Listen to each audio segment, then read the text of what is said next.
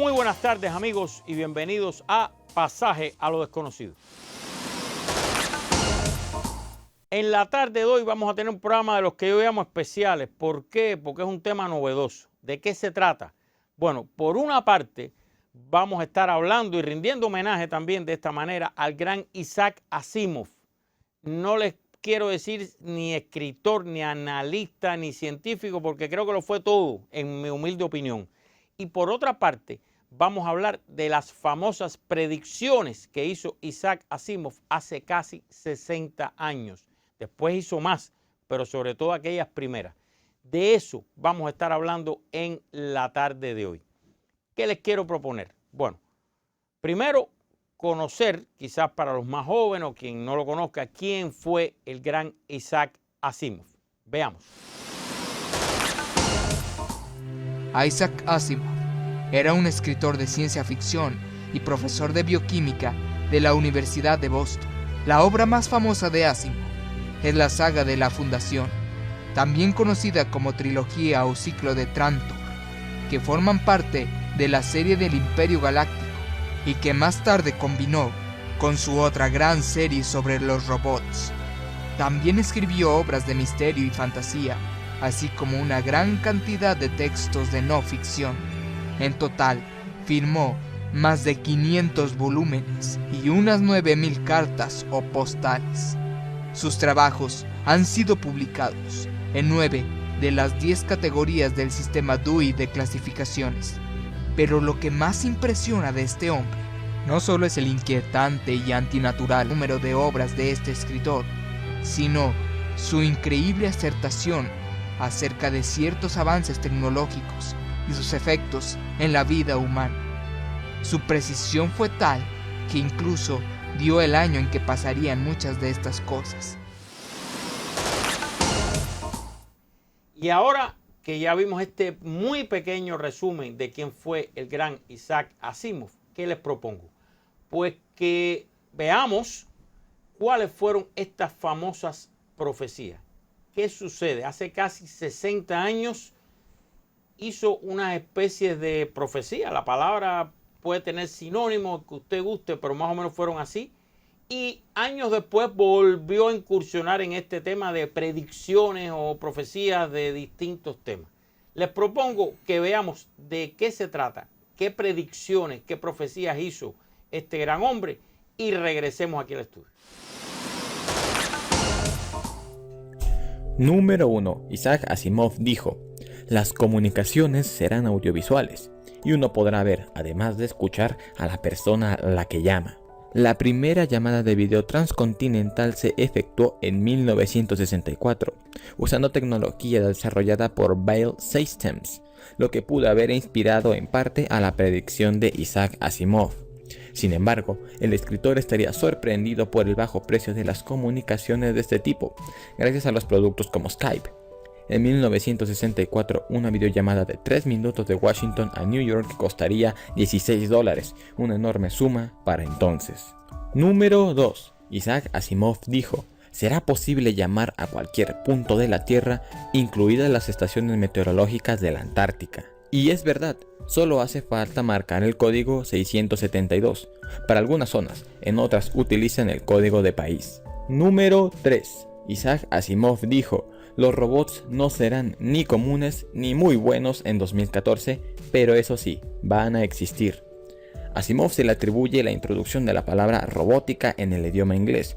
Y pues bien, al día de hoy se llevan a cabo proyectos de robots donde aprueban exámenes universitarios. Claro, en Japón, realizan operaciones quirúrgicas a distancia e incluso cocinan comida para gourmets.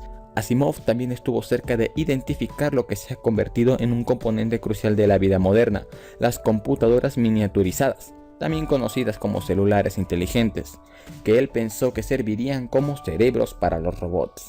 Número 4. Isaac Asimov dijo: en cuanto a la televisión, las pantallas de pared reemplazarán al aparato ordinario, pero también aparecerán cubos transparentes que harán posible la visión en 3 dimensiones. Nos queda tan solo reconocer que los televisores de pantalla plana han reemplazado a los comunes y la televisión en 3D, aunque no en forma de cubo. Ya hace tiempo que protagoniza las exposiciones de las ferias de electrónica. Número 4. las conversaciones con la Luna serán un poco incómodas. Al inicio de la era espacial hubo muchos entusiastas que pensaban que la inmediata colonización de planetas cercanos sería posible. Y no es casual que Isaac Asimov los contradijera. Según él, las llamadas tendrían un retraso de 2.5 segundos. Sin embargo, el escritor acertó al predecir que en el año 2014 solo naves no tripuladas habrán aterrizado en Marte. Número 5. Isaac Asimov dijo: los muebles de cocina prepararán la comida y harán el café. Y es verdad, las máquinas de café automáticas existen, al igual que ya existe la primera hamburguesa producida en un laboratorio, hecha el año pasado en Holanda. Número 6.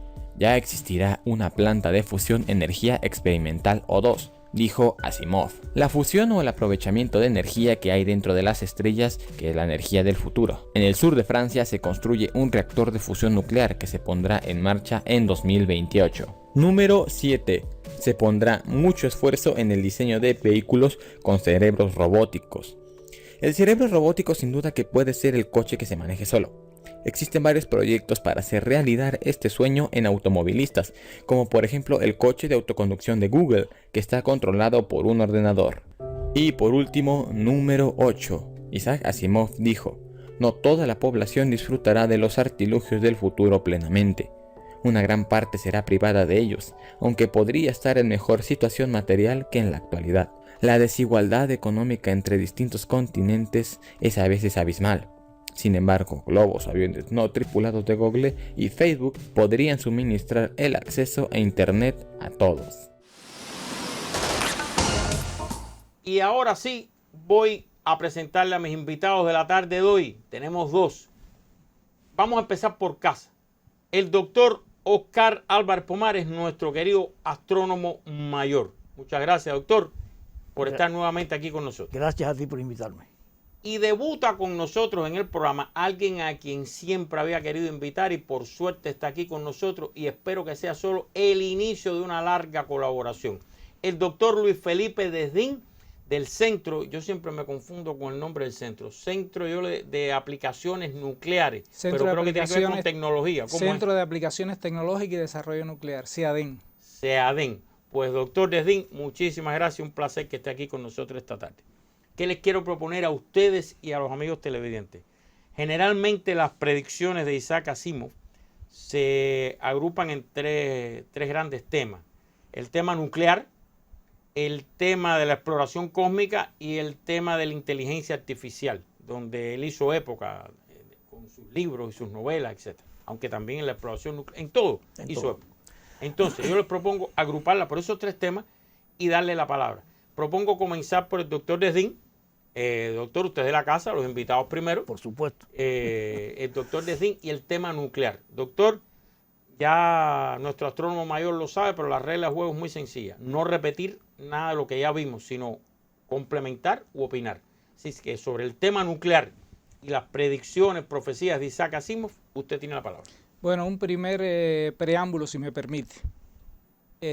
Asimov, que es muy conocido como escritor de ciencia ficción y como divulgador de la ciencia.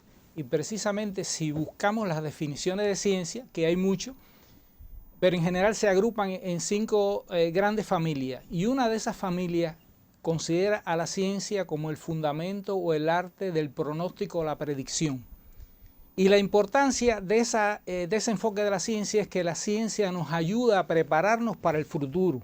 Por ejemplo, un pronóstico meteorológico nos dice cómo tenemos que vestirnos al día siguiente.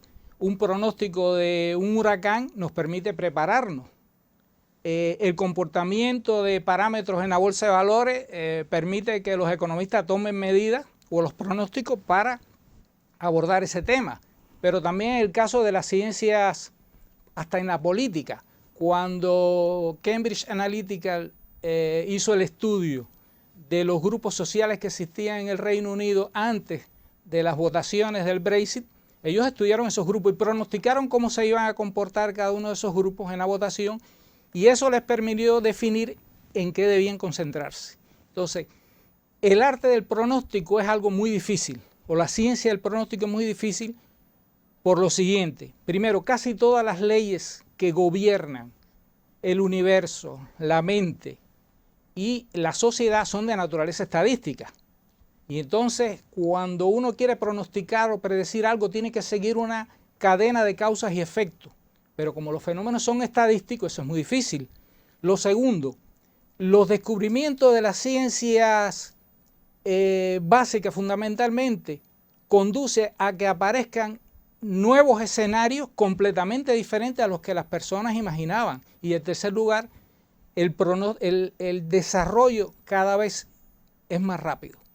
Entonces, pronosticar el futuro es algo muy difícil. Por eso las predicciones tan asombrosamente exactas de Isaac Asimov nos hablan de una mente muy poderosa.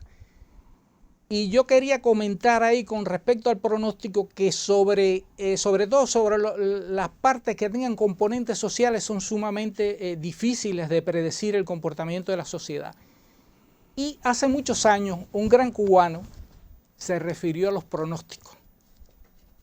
Y ese fue José Martí, quien dijo: se intenta en estos tiempos lo que parece posible conseguir, la reducción del hombre con todas sus facultades espirituales y agencias físicas a un ente regular científico, la predicción exacta de lo futuro por el conocimiento de lo pasado, la previsión de las acciones humanas, como se prevé ya las tormentas y el curso de los astros, la supresión de lo maravilloso y extrarregular en existencia, la reducción a leyes fijas de los movimientos humanos. El espíritu está sujeto a leyes y se mueve por ellas, acelerados o detenidas en su cumplimiento por causas mecánicas y circunstancias rodeantes que influyen en la existencia y suelen ser tan poderosas que la tuercen o determinan. Eso fue escrito en el año 1884 en la revista La América, que se publicaba, si no me falla la memoria, en Nueva York. Y entonces, esto nos describe lo difícil que consiste predecir el futuro. Con respecto a las predicciones en las cosas del desarrollo nuclear, en el año 64 ya las ciencias nucleares como tal ocupaban un papel muy importante. No solamente comenzaba la generación de energía en las centrales nucleares, pero también estaba la sombra de la amenaza nuclear.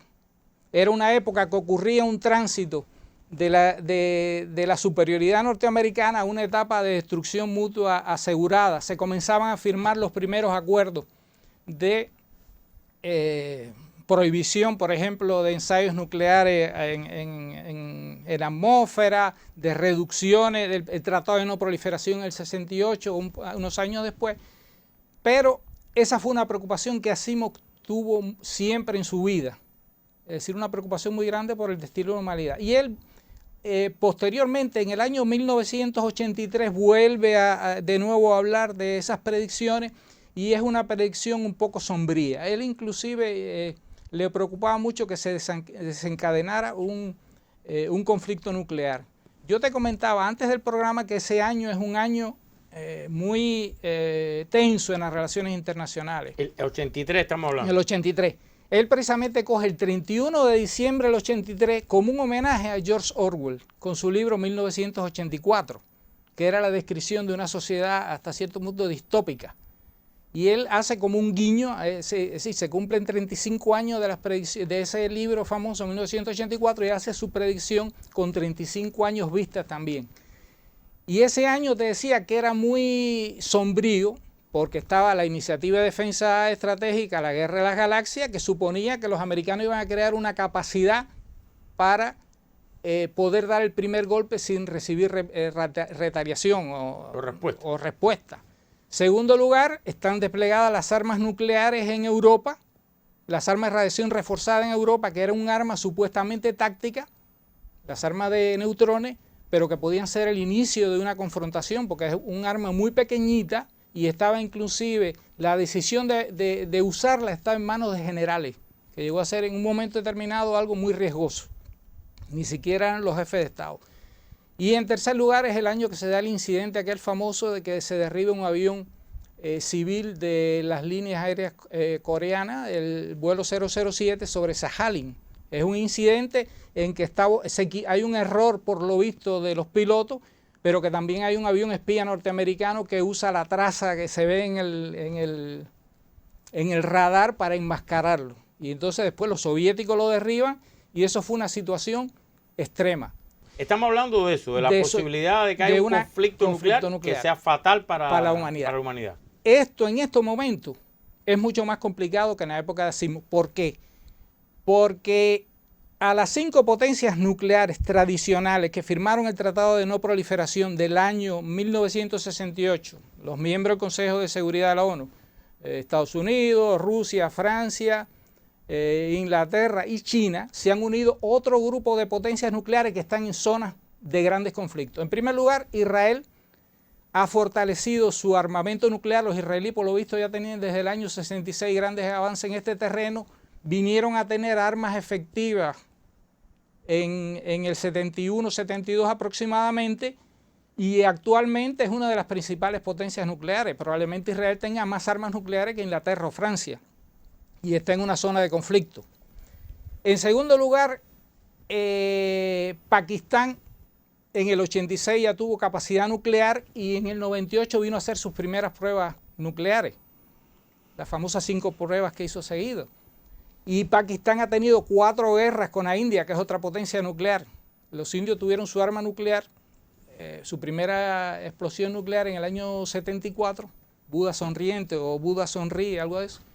Y durante mucho tiempo los indios inclusive decían que ese era un artefacto nuclear con fines pacíficos, etc. Pero lo concreto es que tenemos a 2 potencias nucleares que han tenido 4 guerras.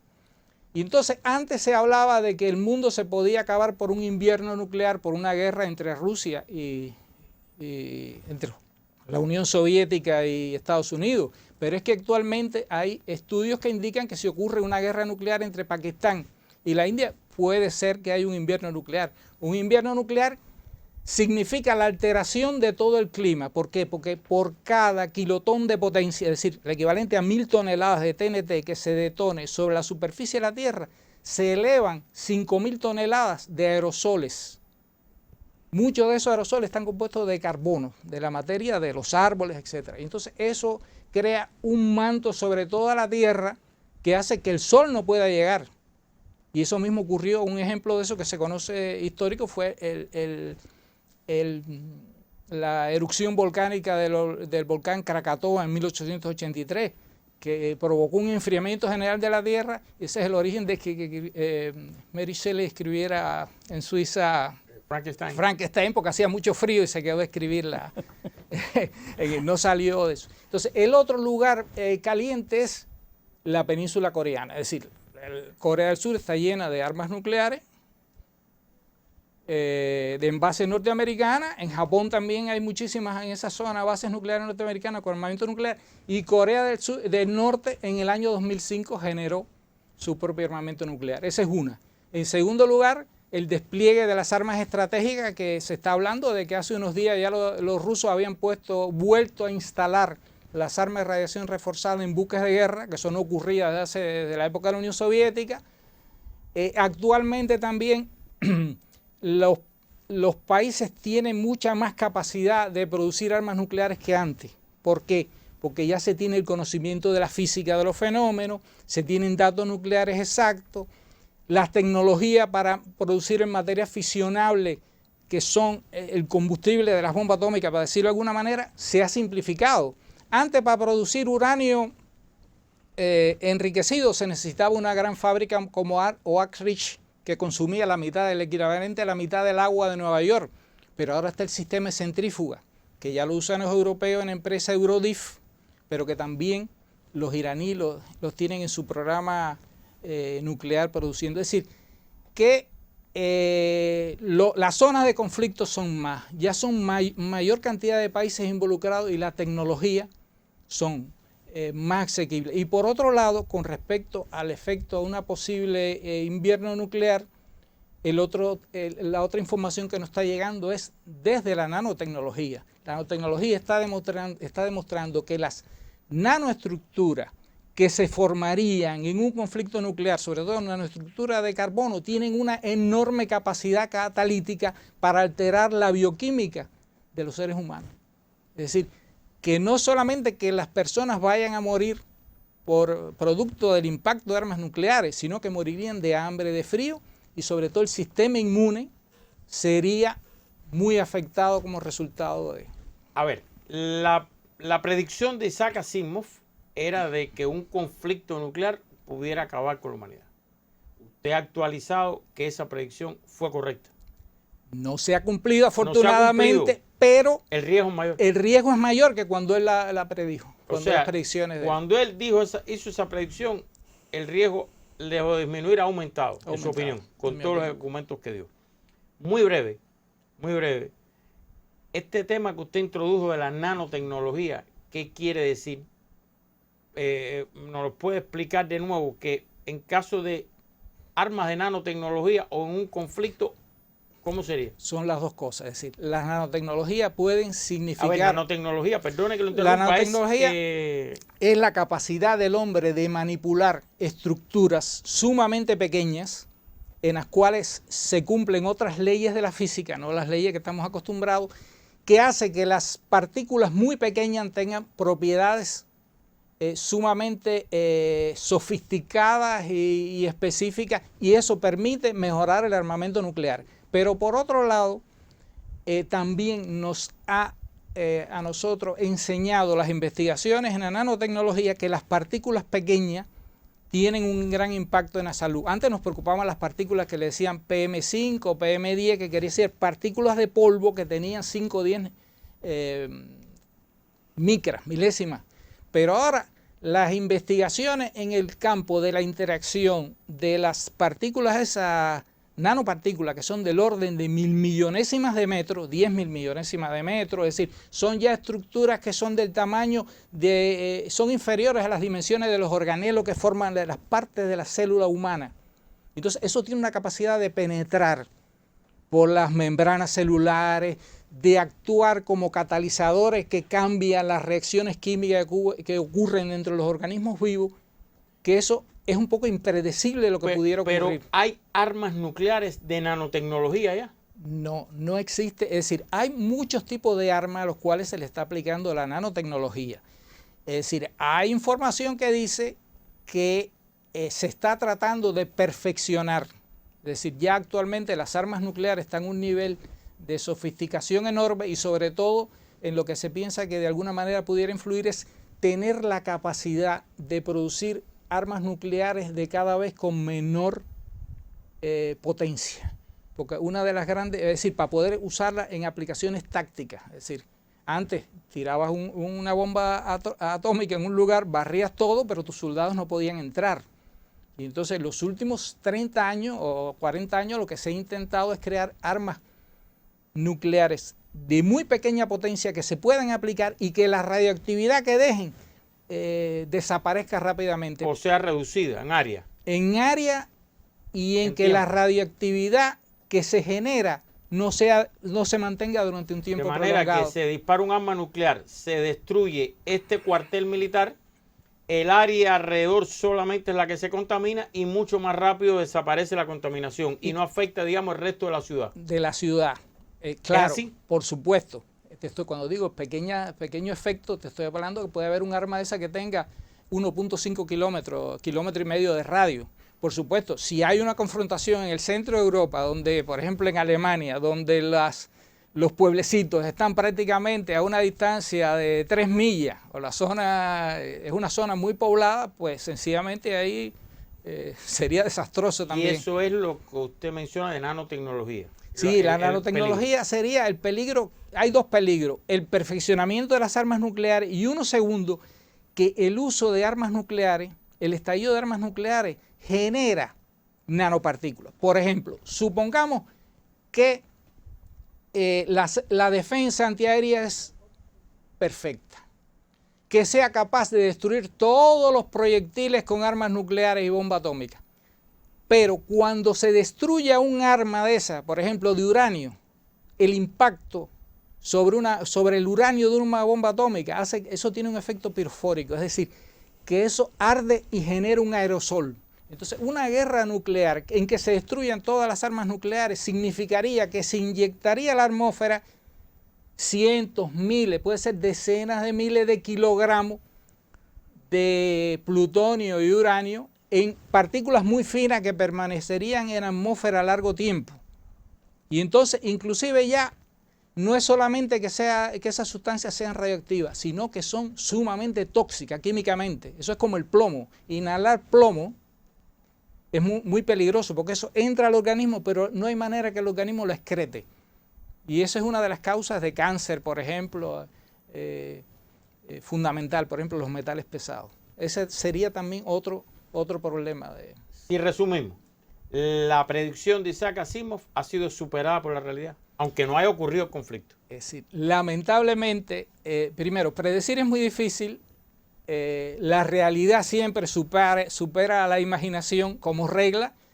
Y en este caso, lamentablemente, es decir, afortunadamente no ha ocurrido el conflicto, pero las condiciones que existen lo hacen más peligroso, porque son más actores, porque ya conocemos mejor los efectos que antes tal vez no teníamos a profundidad, ahora tenemos mejor conciencia de los efectos que puede tener un conflicto nuclear. Bueno, ahora tenemos que movernos al otro gran tema, la exploración cósmica, ¿no? Bueno, digamos, son 3 temas. Y aquí está nuestro querido astrónomo mayor, doctor Oscar Álvarez Pomares. Las predicciones de Isaac Asimov. Usted sí se ha leído todos los libros de ficción, Fundación, las novelas, etcétera. Se las ha leído todas. Bien, se las ha leído todas, perdón. El tema de la exploración cósmica. Él habló en el 64 y después volvió a hablar en el 83, ¿no? En sus predicciones, sus profecías, como quieren llamarle. Bien. ¿Qué nos puede decir de lo que vimos hace un rato, la exploración cósmica, predicciones, Isaac Asimov y astrónomo mayor? Adelante. Bueno, en el año 1964, ahí en la feria de Nueva York que se celebró en ese año, él hizo un pronóstico que dice, voy a utilizar a leerte las palabras de él, que publicó él en aquel momento. Solo las naves no tripuladas habrán aterrizado en Marte, aunque ya se estará trabajando en enviar una expedición con humanos. Son las palabras de Isaac Asimov en 1964. Eso hoy es una realidad. Es exactamente lo que está pasando. Es decir, tenemos ahí en Marte varios robots, Perseverance, en estos momentos el más sofisticado, hemos hecho aquí varios programas sobre eso. El Spirit, que fue uno, en estos momentos no está funcionando, y el Opportunity, que todavía está funcionando. Es decir, la exploración en Marte va por ese camino y fue una predicción certerísima de la situación actual en la exploración de Marte en aquel momento. Que en aquel momento, por supuesto, hablar de eso no era fácil, ¿no? De poder planificar todo eso. Pero en ese lugar, en esa fecha también hizo otra predicción también. Y con un acontecimiento que ocurrió hace unos días aquí, te voy a leer lo que él decía sobre los satélites sincronizados. Los satélites sincronizados presentes en el espacio te permitirán marcar cualquier número en la Tierra, incluyendo las estaciones de la Antártida. Recientemente se observó aquí en Cuba un fenómeno que fue un lanzamiento de un cohete de la SpaceX, de la compañía de Elon Musk, para la red de satélites, la cinturón de satélites Starlink, que precisamente lo que hacen es permitir esas comunicaciones a cualquier parte de la Tierra. Eso en el año 64 era inconcebible. Fueron 2 predicciones muy acertadas que han tenido, que en la actualidad están vigentes perfectamente. Más adelante, él hizo, a lo que se refería a decir, mencionó el 31 de diciembre de 1983, en el diario Star de Canadá, él dijo algo más, otra predicción más. Para el 2019, es decir, apenas unos años antes de eso, habremos vuelto vigorosamente a la Luna. Él en ese momento, es decir, en estos momentos no estamos vigorosamente en la Luna como él predecía en aquel momento. Pero diría yo que para hacerlo como lo que hizo en esta época, esto es un fenómeno que va a estar ocurriendo, lo que hemos hablado aquí en otros programas anteriores, en cuestión de 10, 20 años, sí estaremos en la forma en que él lo concebía en ese momento. Ya tendríamos bases lunares, estamos en el proyecto Artemis, que en estos momentos está en desarrollo, ya se lanzó el primero, el Artemis 1, hablamos de eso en un programa anterior, pero no solamente Estados Unidos también, para cuestión de 10 años, posiblemente para el 30, ya China también está por ese camino. Hablamos también del fenómeno de China, de la exploración espacial en China, y la India también, es decir, hay ya varios intentos, es decir, varios avances en la exploración lunar con la idea de establecer bases permanentes en la Luna, explotación de los minerales en la Luna y un desarrollo general como él compensó, como él dijo, quizás con unos años de diferencia. En el año, él escribe las últimas en el 83, ¿no? 83. Ahí ya se había dejado de ir a la Luna. Ahí ya se había dejado de ir a la Luna. Por eso es que él dice retornaremos a la Luna. Yo siempre le he hecho esa pregunta a usted, ¿por qué se dejó ir a la Luna? Usted ha dicho que era la competencia de los dos grandes potencias, Estados Unidos y Soviética, pero la única razón para ir a la Luna, una cosa tan impresionante, una hazaña tecnológica, era decir yo puedo más que tú, yo te supero, yo soy mejor que tú. ¿Era eso nada más? Demostrar que eran mejor que los soviéticos, que los Estados Unidos eran mejores. Yo lo que dije es que la motivación, la chispa que motivó aquello fue precisamente, sobre todo, el que los americanos se sorprendieran cuando el Sputnik 1 pasó por encima, que los cogió completamente desprevenidos. En ese momento se estaba celebrando una Asamblea General de las Naciones Unidas, tengo entendido, y aquello fue un impacto enorme. No, el impacto, ya después se supo. Lyndon Johnson, que después fue el jefe de todo el programa espacial estadounidense, porque él es de Texas, y tenía un cargo importante en el Senado y todo aquello, pues fue vicepresidente con Kennedy, salió corriendo por los pasillos, que salió corriendo de su oficina cuando la noticia del Sputnik dando vuelta. Entonces después tú recordarás el discurso famoso de Kennedy, el presidente ya, que dijo que era necesario, que decía que había que salir. Es decir, vamos a ir no porque es difícil y no porque sea fácil, sino porque es difícil. Porque es difícil, vamos a ir a la Luna. O sea, que ya era una cuestión moral, era una cuestión política. Pero es una cuestión, ¿fue moral o político o aquí había algo científico, tecnológico? Vamos a ver, yo digo, es decir, lo que fue el chispazo, la motivación, la que liberó para un proyecto como el que se desarrolló económicamente, fue costosísimo y fue riesgosísimo también. O sea que yo lo que te digo es que la motivación central fue esa. Pues pasaron todo el proyecto Apolo completo.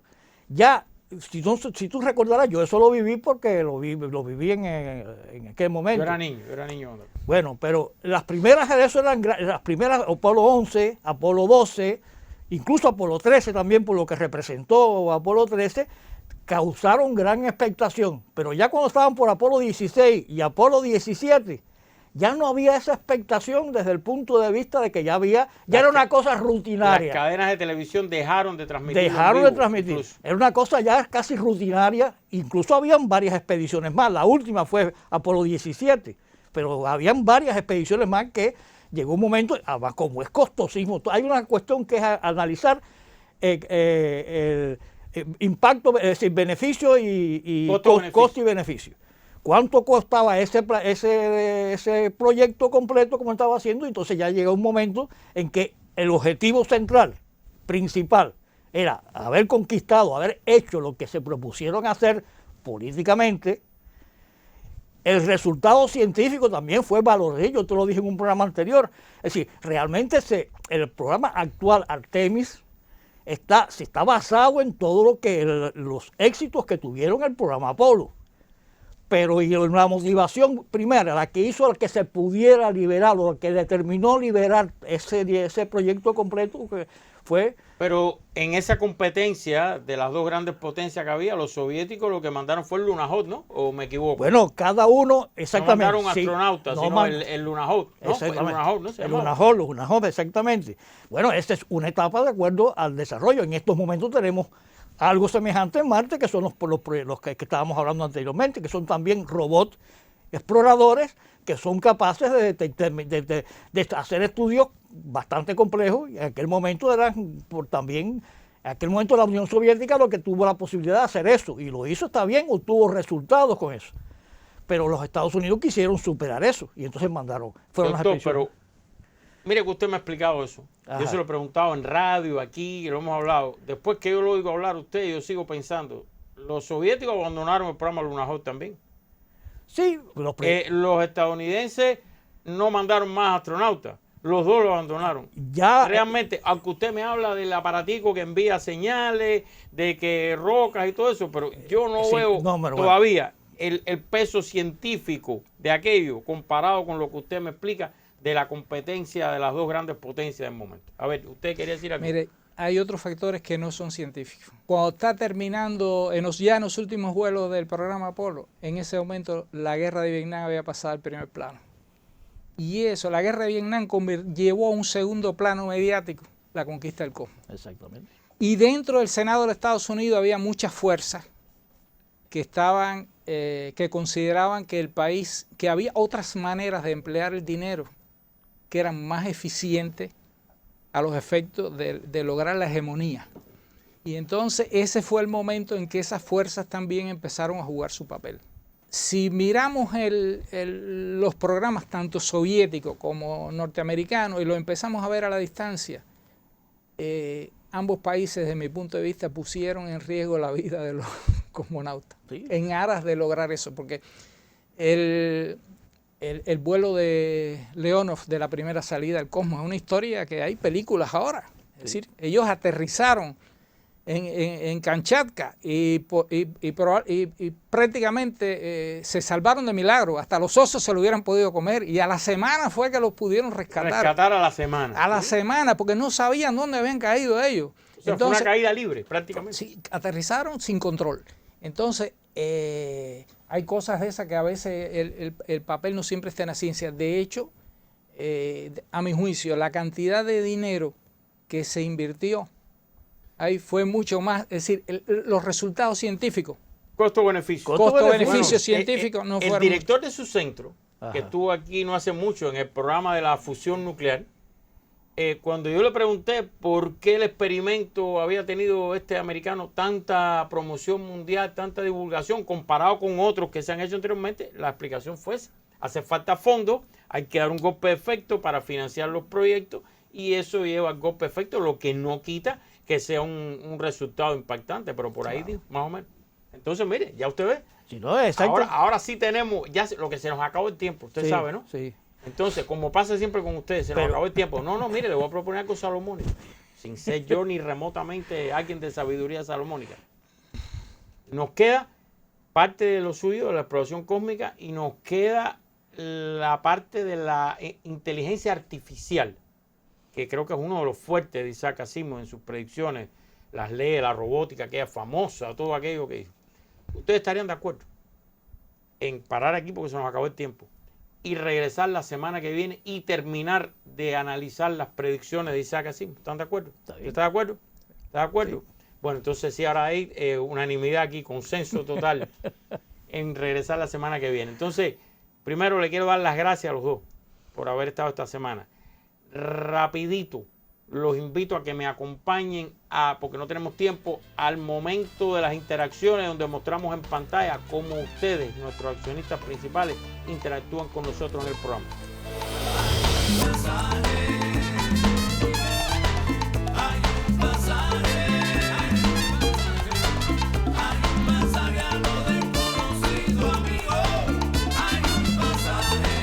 Y como siempre, dejamos para el final el programa de Radio Rebelde, sábado 12:15 del mediodía en Radio Rebelde. Ahí estarán los dos doctores, el astrónomo mayor y el doctor Desdín. Teléfonos abiertos en vivo, usted llama, pregunta, participa, opina y gentilmente, como siempre, nuestros invitados responden. Recuerden, sábado 12:15 del mediodía en Radio Rebelde, los espero a los dos. Los espero a ustedes también, sábado 12:15 del mediodía en Radio Rebelde. Y ahora sí, no hay tiempo para más. Les reitero las gracias. Ha sido un excelente complemento y no hemos terminado. Nos vemos la semana que viene. Y ustedes, amigos, ¿qué les puedo decir? Esperen a la semana que viene para terminar todo el análisis y complemento de lo que han visto en pantalla, para que esto sea solo el inicio, el comienzo, para que usted lea, busque, vea, verifique, analice, profundice, alimente su cerebro, para que al final, como siempre les pido, saque usted sus propias conclusiones. Buenas tardes.